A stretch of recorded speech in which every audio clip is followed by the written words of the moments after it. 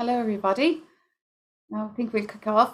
You're very welcome to the 8th event in our MTU Succeeding Together series.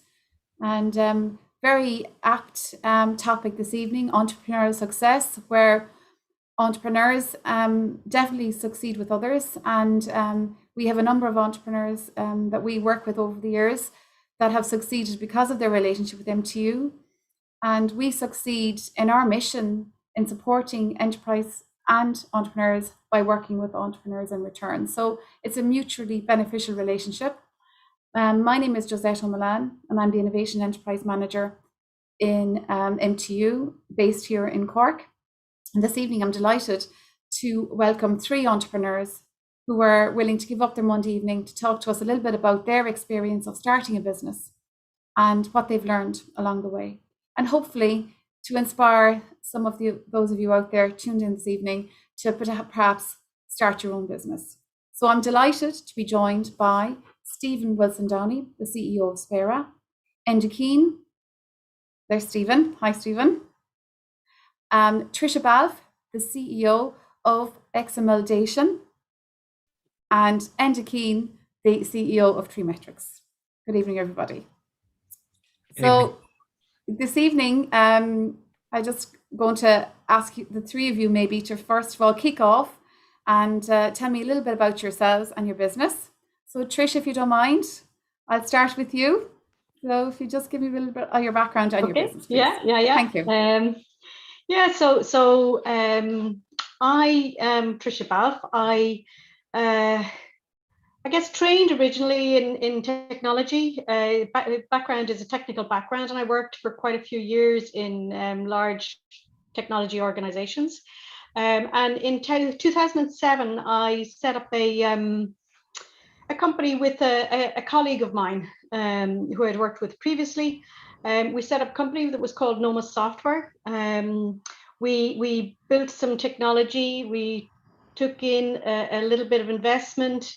And in 2016, we were acquired by one of our customers, Exameldation, which is a Finnish company. And last year I got appointed as CEO of Exameldation. We're still a growing company. So I would say that I'm still on an entrepreneurial journey. Great. Stephen? Hi, everyone. So my name is Stephen Wilson-Downey, and I'm CEO of Spera, which is a company that is very much born out of CIT. So I began my entrepreneurial journey by entering in the prize for innovation with my own ready-made meal without artificial ingredients. And then I joined Student Inc. During the summer months and very quickly realized that I needed 1.2 million to get it off the ground. So with my tail between my legs, I put that one to bed very quickly. And for a few weeks, I still had that entrepreneurial itch. So I decided to go into the Bank of Ireland on campus and open up a business bank account with €5. And I met my business partner, Dave, through the Master of Science in Marketing practice. And slowly but surely, customer by customer, we decided to offer websites to the local market. And as of recently, we expanded our expertise into the area of AI and software development. So it's been a very interesting journey. Interesting so far. Thank you, Stephen. Thanks. Enda? Enda? Yeah, the new phrase for the year. Yeah, so I'm a forester. I graduated 29 years ago from UCD. Hard to believe it's been that long, but I'm one of the founders of Trimetrics, and Trimetrics is 17 years old this week.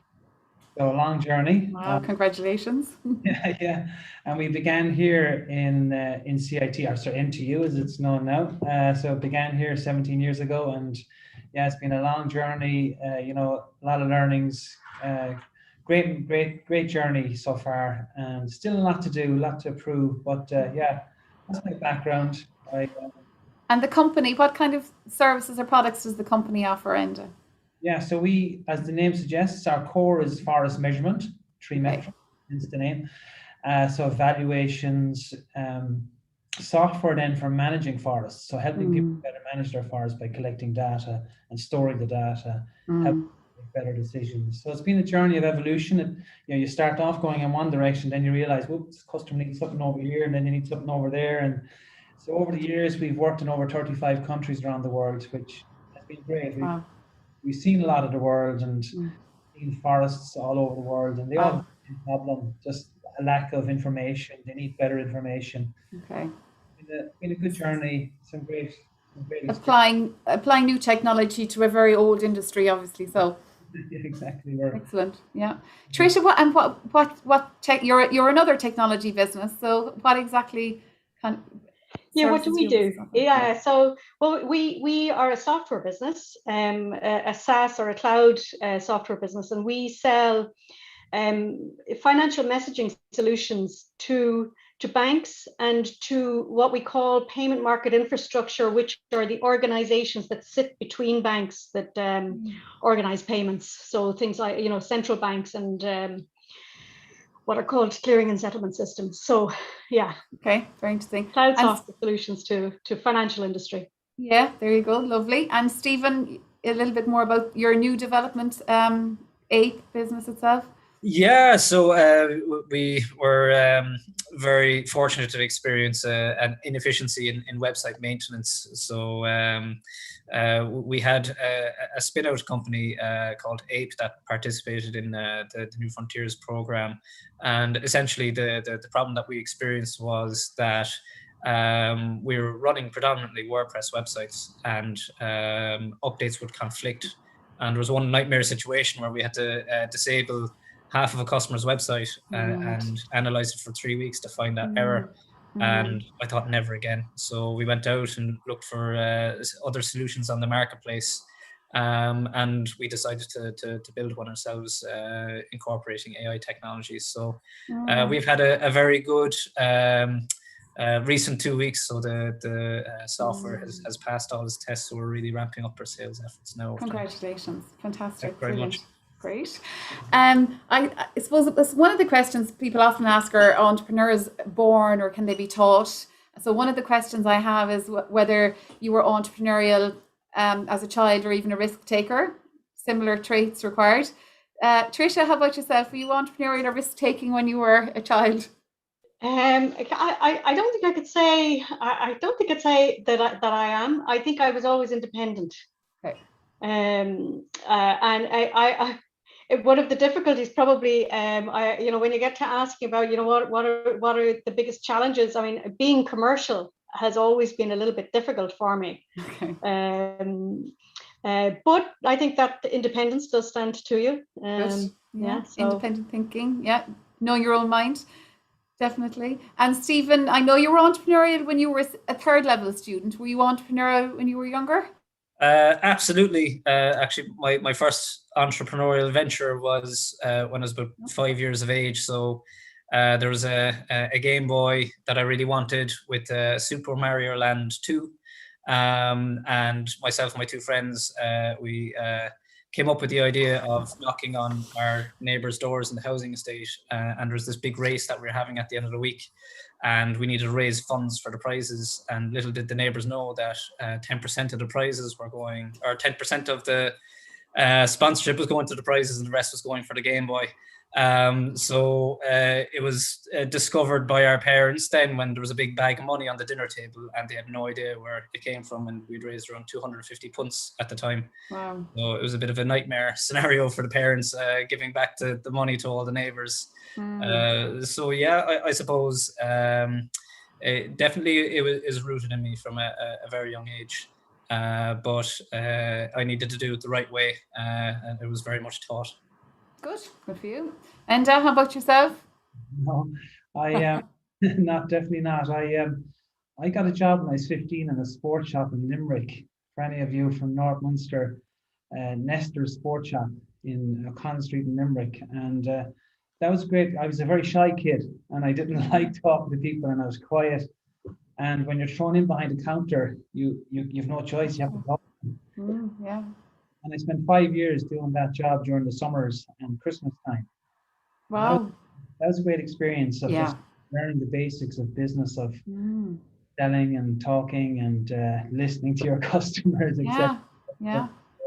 And then I suppose one spark was I was watching the Late Show one night, and every year I still think they still do it. They do this kind of innovation night where they Yeah.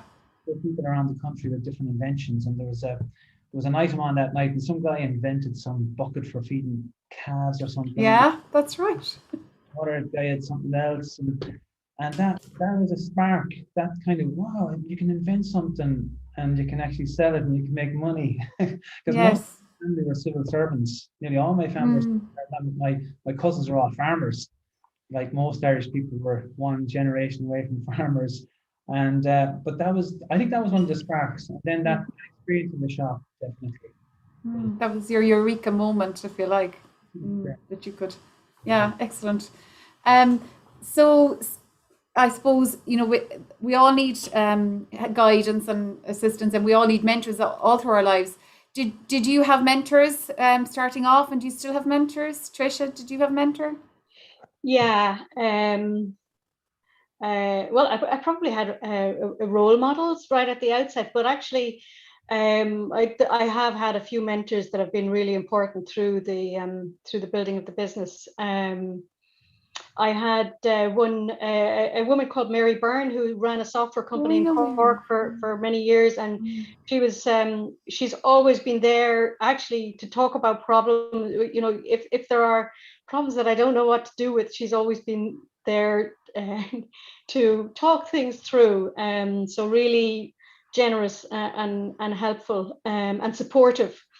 But I've also had actually people on the board who have been really instrumental and helpful in building the business. And even now, actually, the chairman of the board in the company now is a really experienced man, and gives lots of his time to help help you find a way through. So yeah, absolutely. Right. There have been mentors, and it's a really valuable thing to have people that you trust and can help you wind your way through. Excellent. Yes. Stephen, how about you? Do you have mentors?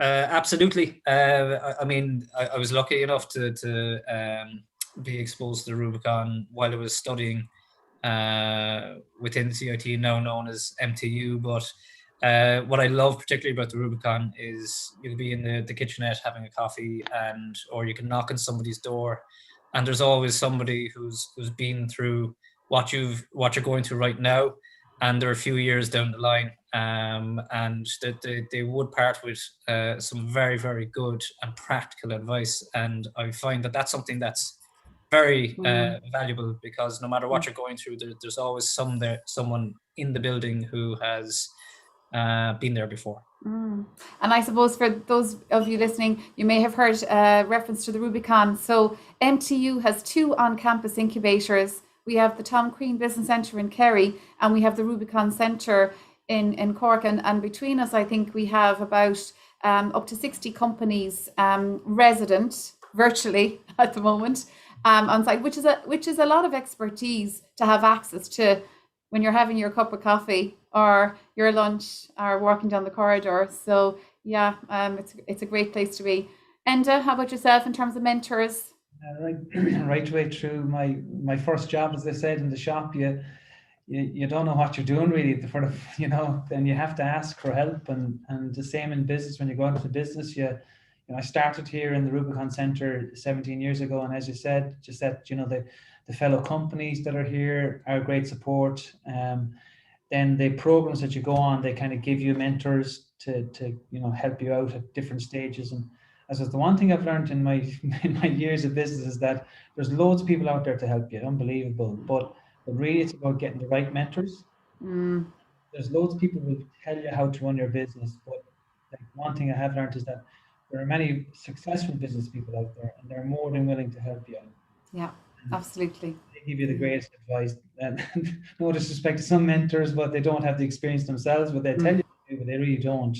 And I think if you are thinking of going into business, and if you have an idea, reach out to somebody in that industry, and don't be afraid as to how big they are, how famous they are, or how successful they are. It's amazing how supportive those people are, and reach out to them. They'll more than often they'll help you out and give you some Yeah. time.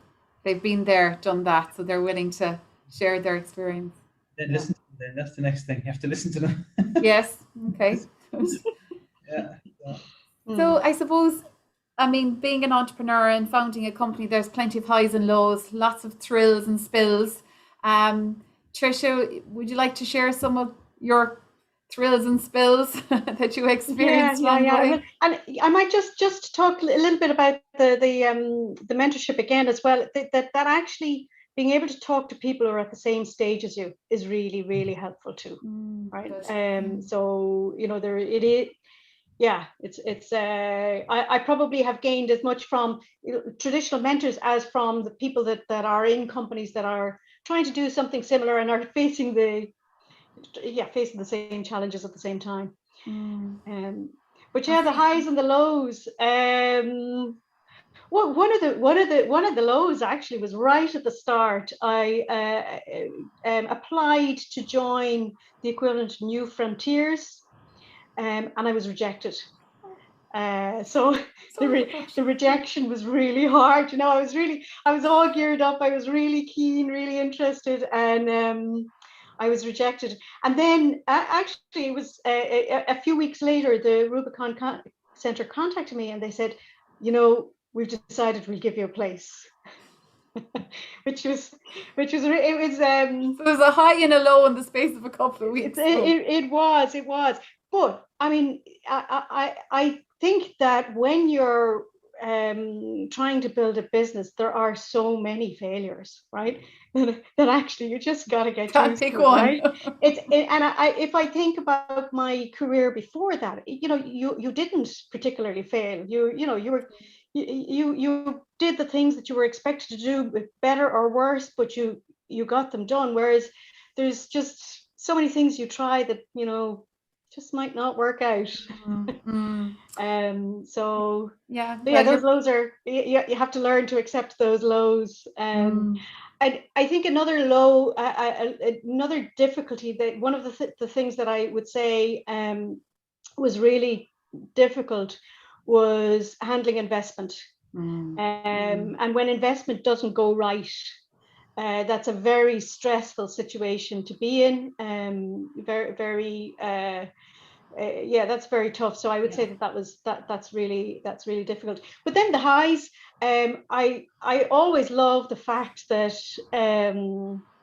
what we've built is being used. It's great satisfaction. So and when we got various different sales. So in the last few years, we've entered the North American market, and signing up new deals is really it's a real thrill if you've managed to do it yourself. And the other thing is actually having a team around you. In a small company that you're building, the team tends to be very cohesive, and that's really lovely. Good. Get a buzz from that. That's nice. Stephen, how about yourself? The highs and the lows? I suppose plenty of both. It's a bit like a roller coaster. When the highs are high, they're very, very good. When the lows are low, they're devastating, to say the least. But I'd very much agree with Tricia with the team. Having a good core team that would not only be supportive of you, but of one another, and having a skill set that will complement you definitely is a must. And I think the biggest high for us was when we were first starting off. We were kind of doing our day jobs and studying during the day and building up the business in the hours of the evening and things like that. And one by one, we jumped in when the company could support that. And I think that was one of the best moments, was that there was all three of us in the one building, just working together and exceeding our customers' expectation. And the lows, absolutely. I mean, naturally, COVID was one thing where, you know, some of our customers would have had to close their doors, and that was very, very hard to watch. But also, you know, that there'd be times as well where you doubt your own abilities, or others might doubt your abilities, and that can be fairly hard to charter through. But you know, you need to have the tenacity to push through that, because the highs, they're so worth it. They're worth it. Great. Enda, I'm sure you've seen a few. Yeah, lots of highs and lots of lows. The biggest low, I think, was early years when we came out with this new way to measure trees, and we were trying to prove that it was more accurate than the traditional method. And unbeknownst to us, out of pure naivety, we didn't realize there was lots of players in the industry who didn't want us. Yeah. As we were showing owners the true value of their forest, and the buyers who were getting away with murder for years buying cheap forests obviously hated the fact that we were coming with this new, more precise tool. So the first few years we were very naive. There was serious resistance. We were disrupting a lot of cozy people in the industry around the world, and we underestimated the backlash that we were. And so that was hard to hear the rumors being spread about you, about your company, about yourself, your you know, so it was tough. And then a real hammer blow came then when one of our customers, it turned out, was changing our figures, where we were predicting what was in the forest, and they were saying there was more in it, the buyers. It was a disaster. And it was a scary few weeks when we found this out, and we were going, what are we going to do? And I think the story now is kind of well known in my circle anyway. I was walking along the street in Dublin one night, and I came around the corner, and Enda Keane was walking towards me, and I just said hello to him. And I had no connection to politics and no interest in politics ever in my life. I met a few politicians, that's what it is. And he stopped and said hello, and he said, "What's your name?" And I said, "Enda." And he said, "The guard is Enda as well." So there was 3 Endas on the street, and so he starts asking what I did, and I told him the way of measuring forests. He said, "I heard about you guys. IBM gave you another award." I think you need to move forward there a bit, Enda. I think you're so relaxed there. And so then I told him the story, and actually told him the troubles we were having. And in fairness to the guy, he had never met me before. He took me at face value, and long story short, he sorted out the problem quite quickly. Wow. And he became a huge supporter. Around the same time, we'd won a deal with the European Space Agency, and he came down to our office a few months later to the Rubicon Centre here with a director of the European Space Agency, where we announced our contract. And that was a major, major high, where we had a lot of people from around the world. And you know, a year later, you know, we won a job then with the World Bank in Washington, and he brought me to Washington to meet Mr. Obama in the White House. Wow. It was another way of him kind of saying that he trusted us and he believed us and he wanted to support us. And that was a major, major move into another new boost and momentum for the company. And we still have we're disrupting people, so we still have the challenges. That kind of has made us stronger as well. When I look and reflect on it, you know, the knockers and the blockers, they make you stronger, because you have to fight. You have no choice. You have to fight your place. So one word of advice I'd give to you, if you are thinking about getting into business, and you are going to disrupt people, and you are going to be competing with people, don't underestimate the power of the competitors, the lengths they will go to block you. You're taking food off their table. They're going to fight. Yes. They're going to block. I underestimated that. I thought it would be lovely and open the door to me. And that example of meeting Enda on the street is a classic example of grabbing an opportunity and running with it. That's for sure. And it's paid off dividends over the years. So I say, don't be afraid to ask anybody for help, even if it's the Taoiseach at the time. So you have to get lucky. Yeah, well, there's a bit of both involved there, I think. I think, Trish, you mentioned it earlier about investment and taking on investment, and maybe the stress that's associated with that, the stress in fundraising, and then maybe when the investment doesn't go well. Maybe could you give us a little bit more insight into the experience that you had in the fundraising and investment? Yeah. Well, first of all, I would say that, you know, raising, getting investment from some of the state agencies is great, right? So we did get investment from the local enterprise office, and really, I mean, that's fantastic money because they're there to support you. You know, there's very few strings attached, so there might be a bit of bureaucracy, but you know, it's easy. I suppose I don't want to use the word easy money, but it's not complicated, and that's really great.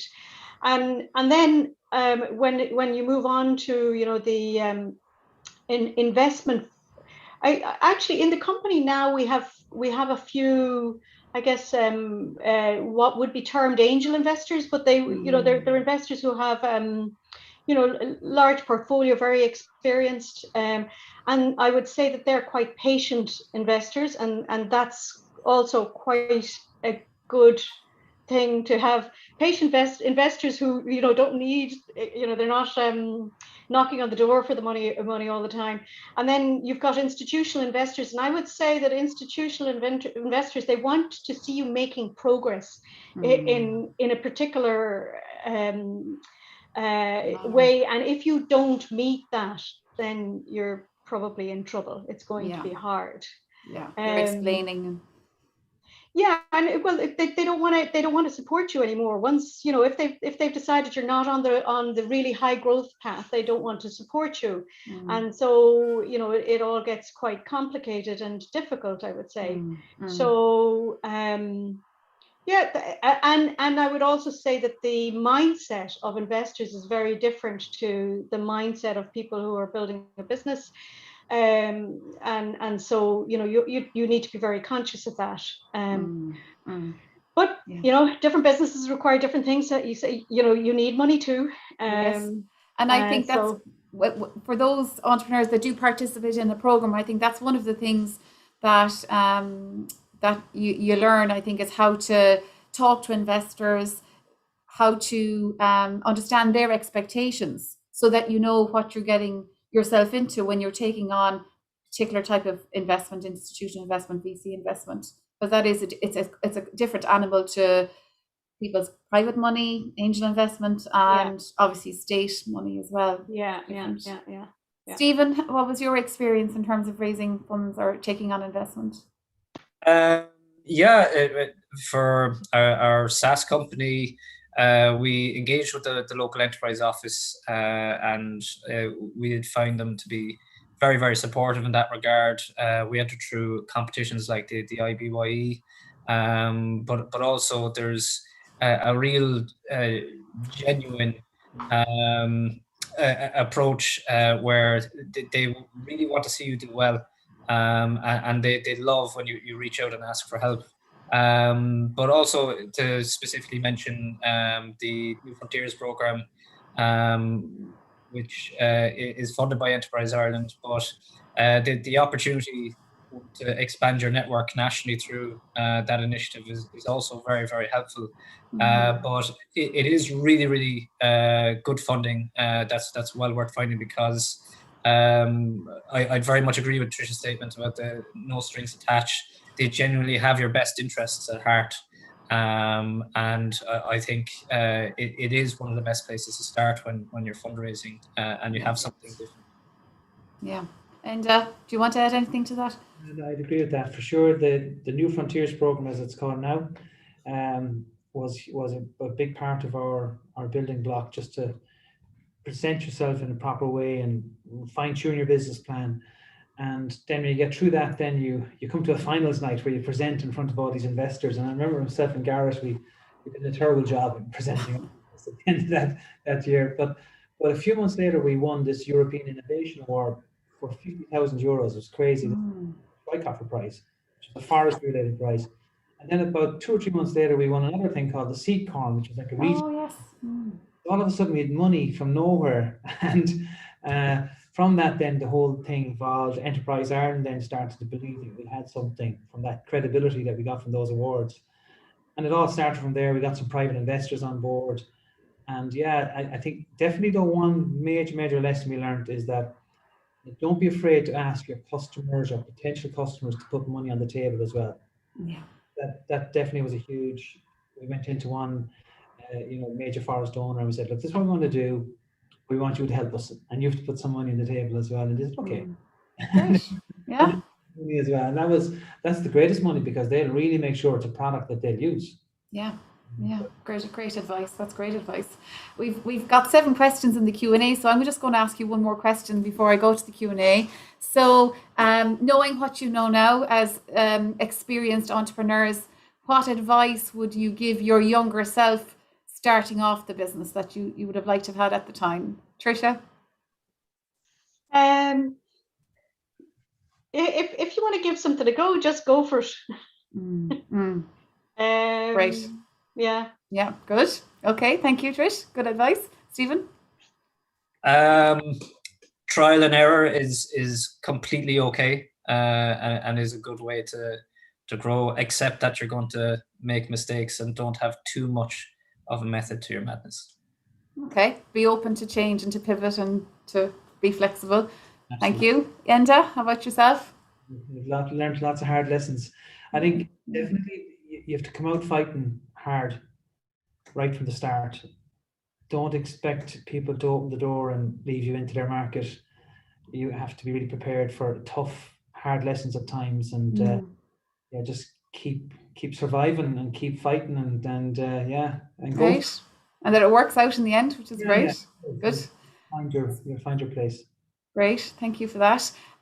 So before I go to the Q&A, I just want to mention a couple of things. First of all, we do have a competition this evening for those of you waiting patiently. I didn't mention it at the beginning. So we do have a €100 voucher.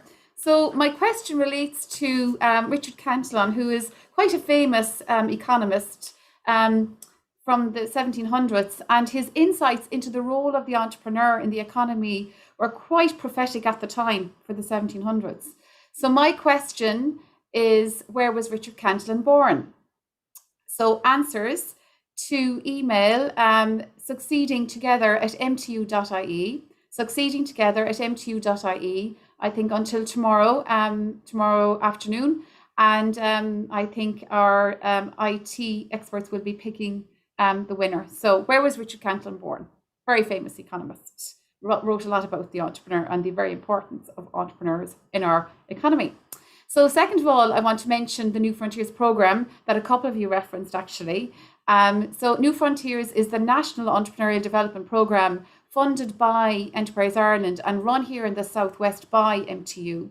So we've managed to secure €3.5 million to run the program now again over the next 5 years. So we are recruiting in the Rubicon Centre and the Town Queen Business Centre for participants for phase 1 and phase 2 of New Frontiers. So on the program, you will get access to mentoring, training, one-to-one coaching, hot desk space when it is safe to go back into the incubators. And for those of you lucky enough to get on phase 2, there's a €15,000 stipend to help you focus exclusively on your business for 6 months. So very attractive package of supports worth about €30,000, including phase 2, for which no equity is taken by Enterprise Ireland or by MTU. So one of the longest running accelerator programs in Ireland, and some very successful entrepreneurs have resulted in that program. So that's the second thing. And I suppose the third thing I wanted to say was, for any of you considering MTU in terms of the CAO, there are massive opportunities now to experience entrepreneurship as a student of MTU. We have a number of initiatives to support students with that entrepreneurial spark. There are opportunities to enter competitions, to participate on the Innovation Challenge, and opportunities to actually start and run your own business over the summers through the Student Inc. program. And Stephen is a product of our student entrepreneurial ecosystem, if you like. So MTU in Cork and Kerry, very active in terms of student entrepreneurship and very supportive of student entrepreneurship. So let's have a look at some of the questions, and they're mounting as I'm speaking. So first question is from Brian, and I suppose he's asking about your experiences in terms of building your prototype, and how did you manage to get a commercially viable prototype up and running? Trish? So I found it started the company with a colleague, David Gary, and he just built and built and built, and I looked for I looked to the business side. So really, it was about that. He just got his head down and just built. So we did. I mean, we I guess took significant risk at the start in that we had no money, and we took time to build. You were lucky you had the expertise in house to do that, which is great. We had the team. Well, between us, which was too small a team, we had the expertise to do that. Yes. Lovely. Stephen, how about yourselves? With prototyping and building, we decided to engage with MTU, and we went through the Enterprise Ireland Innovation Voucher initiative, and we just had a look at the talent that the university was producing, and our CTO / co-founder now has jumped on board with us, and like what Tricia said, it was just building and building and building, and it was my job to go out and make sure that he had everything he needed, and it took a while, but we eventually got there, and there's a famous saying, I'm sure it's been said to all of us, it'll take twice as long and it'll cost twice as much. Yes, that's good advice. And thank you for reminding me there that another advantage of doing New Frontiers with MTU is the access to the applied research and testing capability across MTU for those startups building prototypes and looking for help building their prototypes. I have a separate question for you, Enda. When it comes to hiring people into your company, do you favour hiring candidates that demonstrate entrepreneurial traits, or had entrepreneurial training, or would that be a factor for you at all? Can I answer the first question as well? You can, go on. I want to make a point about the prototype. I actually, we found our solution in a German university, two of them actually, University of Freiburg and the Technical University of Dresden. There was a professor in the Technical University of Dresden called Hans-Gerd Maass, and he had 15 years of research done in our software, science of 3D modeling. And we went to him, and together with him, we gave him some money, and he pulled together our prototype. So don't just look in your own backyard. Look anywhere to find the solution that can help you to get your product quickly. And be very careful of engineers. They'll cost you a fortune, promise you the sun, moon, and stars, and let you down so many times. You have to go out there, because there are solutions already out there in the world. Find that solution yourself. And one regret, I should have partnered more in the past. Okay. Try to do everything ourselves and keep it all in house. And so yeah, that's the one answer I wanted to make. Then absolutely, very quickly, hiring people with entrepreneurial experience is hugely important if you can find them, because they bring experience. Some of the, most founders have weaknesses, all sorts of different weaknesses. But one thing that's great about entrepreneurial experience is that they help you, and you're always challenged with a lot of pricing and placement and spending money, and you can't be just a smart entrepreneur who's done it before, who kind of can help you through those critical decisions.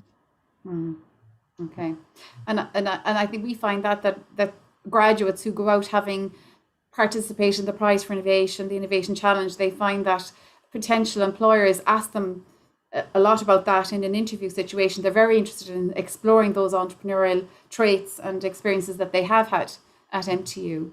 Another question from Eric, a new entrepreneur, a recent MTU graduate who's just set up his own company. What one piece of advice would you have for starting a business? I think we've already answered that in terms of what piece of advice would you give. And how long was it before you hired your first full-time employee? Stephen, I'm going to ask you that. I suppose the first piece of advice is at your earliest opportunity, get talking to your prospective customers or who you would visualize your customer to be, and try and figure out what they want, because their feedback trumps everyone else's. They're the most important person that you should be listening to. And the second part, the first hire, Joselle. Yes. How long was it before you hired your first full-time person? It was actually, I'd say, 2 years in, when we were full-time.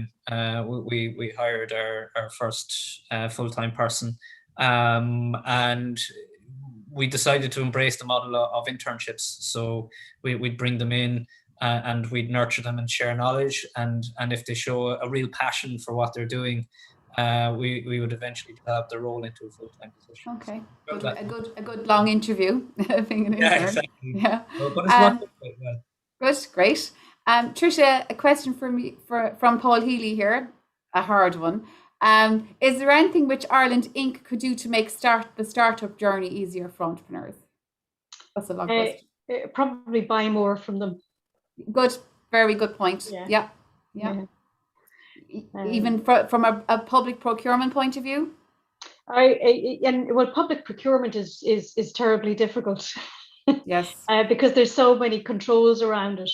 I think just generally, private. I think the Irish aren't great buyers, and I think that having local customers would be a great thing. Buying more locally. Fair enough. I think we're getting a bit more conscious of that in terms of consumer products, but maybe not B2B, and maybe we need to consider that as well a little bit more. Yeah. Thank you. Enda, a question for you. Do you think COVID has made your business more resilient?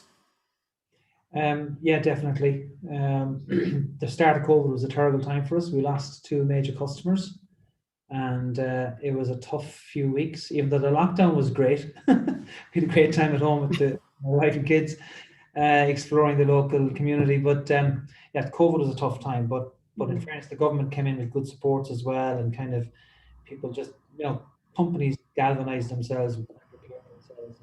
I mind to go back. Can I answer the question that was asked earlier as well about one piece of advice? Yes. I really do believe that if you are in the early stages and you haven't started your company, I really do believe you should do a course of some kind. We mentioned the New Frontiers program, but you have to prepare and you have to plan and take that time if you've got it. If you've got the chance to go on a course like that New Frontiers program, take the time and prepare, because you're going to have weaknesses. There's only very few business people are special at everything, and that those programs do really prepare you. Do you have a proper business, and strengthen those weaknesses that you all have? We all have them. So yeah, and it's interesting. There's a question here from Mags Griffin. What would you say were your greatest weaknesses that you had to build into strengths? Tricia, do you want to answer that? I think you mentioned thinking commercially earlier. Yeah, I think that's by far my greatest weakness.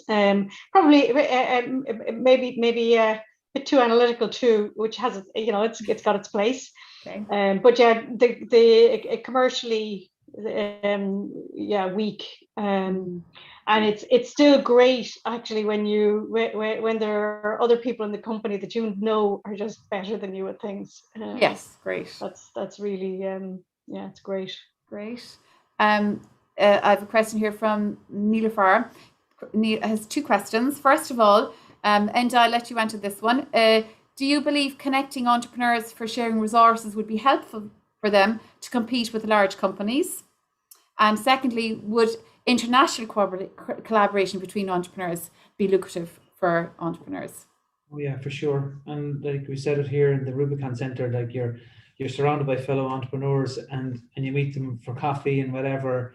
So don't be shy and get out there and talk to fellow entrepreneurs and listen and learn from their experiences. And don't be shy. Reach out around the world. Like LinkedIn is a great networking tool to reach out to people around the world to get their help and support. Yeah. Yes. Yeah. It's a smaller world now than it was a year ago. That's for sure in terms of collaboration. So that's a good point, Neilfar. Thank you for that question. I have Chris here who's looking for advice. He has started his own business, which is an online queuing system for barbers, restaurants, etc. He said his question is, where does he start? He said he's tried some social media and also paid advertisement, which didn't get one sign up. So he's wondering, is he taking the wrong approach? Stephen, do you want to try that one? Yeah, I suppose what it sounds to me is just verify the problem being experienced as well by your potential customers or who you visualize buying from your business, and just make sure that your messaging or what you're producing is a fit for what they need and what they want. So try approaching from a bottom-up approach, build up based on your research, just by talking to who you think will buy from you. Okay, thank you. Another similar question from Roberto, that starting a business, you do need a good idea, but not having money or the right people. What's the best advice to raise money, and where do you find talent? That's a big one. Enda, do you want to try that one? Yeah, well, as I said to you, we were very lucky we won that prize, right? And credibility is one of the biggest, the hardest thing to get when you're a young company, fighting for credibility and getting that trust with your customers. So I think you're wasting your time going for investment unless you've validated your product, that you have a happy customer, or a few even.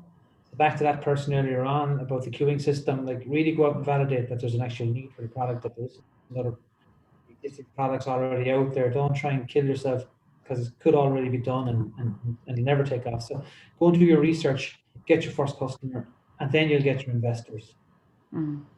Yeah, thank you. And I think that I've heard very wise people say over the years, the best way of funding your business is through paying customers. Yeah. So getting a paying customer as early as possible in a business, and not waiting to have a perfect product either. Yeah. And as you said, Stephen, it's iteration as well. You will continue to improve your product, but trying to find paying customers is a great way to, first of all, to bring cash into your business, and also to attract investors as well, who love to see paying customers when they're investing in businesses. Yeah, and could I add to that point, Josette? Don't be afraid to hand it over early as well to a group of customers. That's what I found with Ape, that we were spending too much time perfecting and building what we thought what the market wanted. But we realized once we had 50 beta users that they were literally telling us what to build as they were using it. Great. Yeah. And I think that keeping that at the back of your head would go a long way. Partnering with your customers for innovation as well. Tricia, a question, I think I'm asking you this because you referred to it earlier in terms of taking on investment. Adam is asking about, how did you handle the legal side of setting up the company and taking on investment, given your technical background? Well, setting up the legal side of setting up a company, actually, I think the legal side of things is not that difficult. You have to put your head down and understand it, and it's not that difficult. I mean, there's fairly, it doesn't have to be very expensive to set up company. You just have to do it the right way. So just it's one of those things. If you put your mind to it, it's not so difficult. Then the second was getting investment on, and getting investment as a whole. I mean, you have to look to where you can get investment. I guess this is kind of unrelated to the company setup.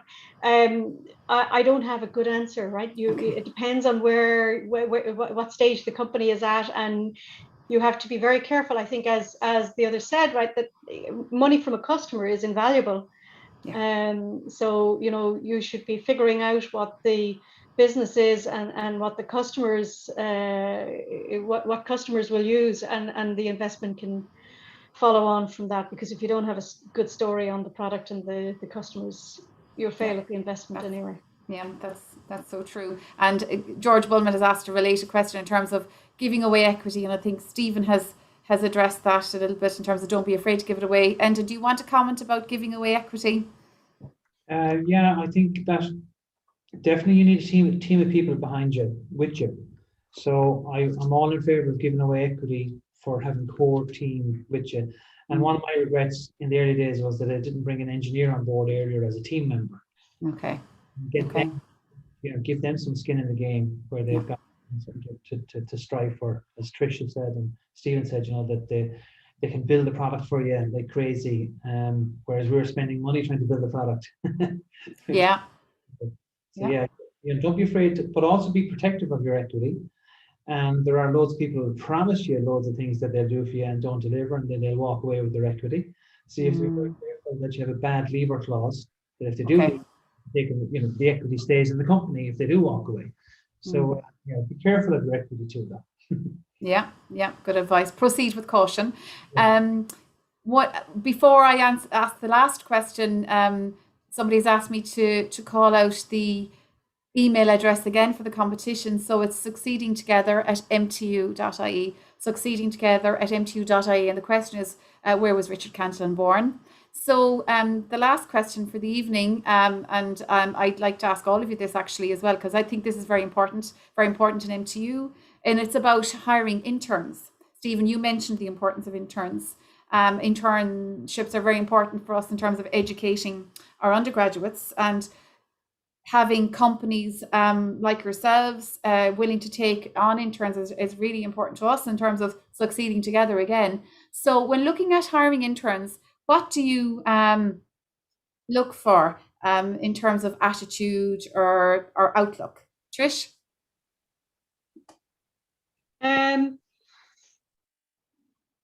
So looking for people who will just get stuck in, will be positive and get stuck in. Actually, it's great to have people who want to talk and will maybe even communicate with customers.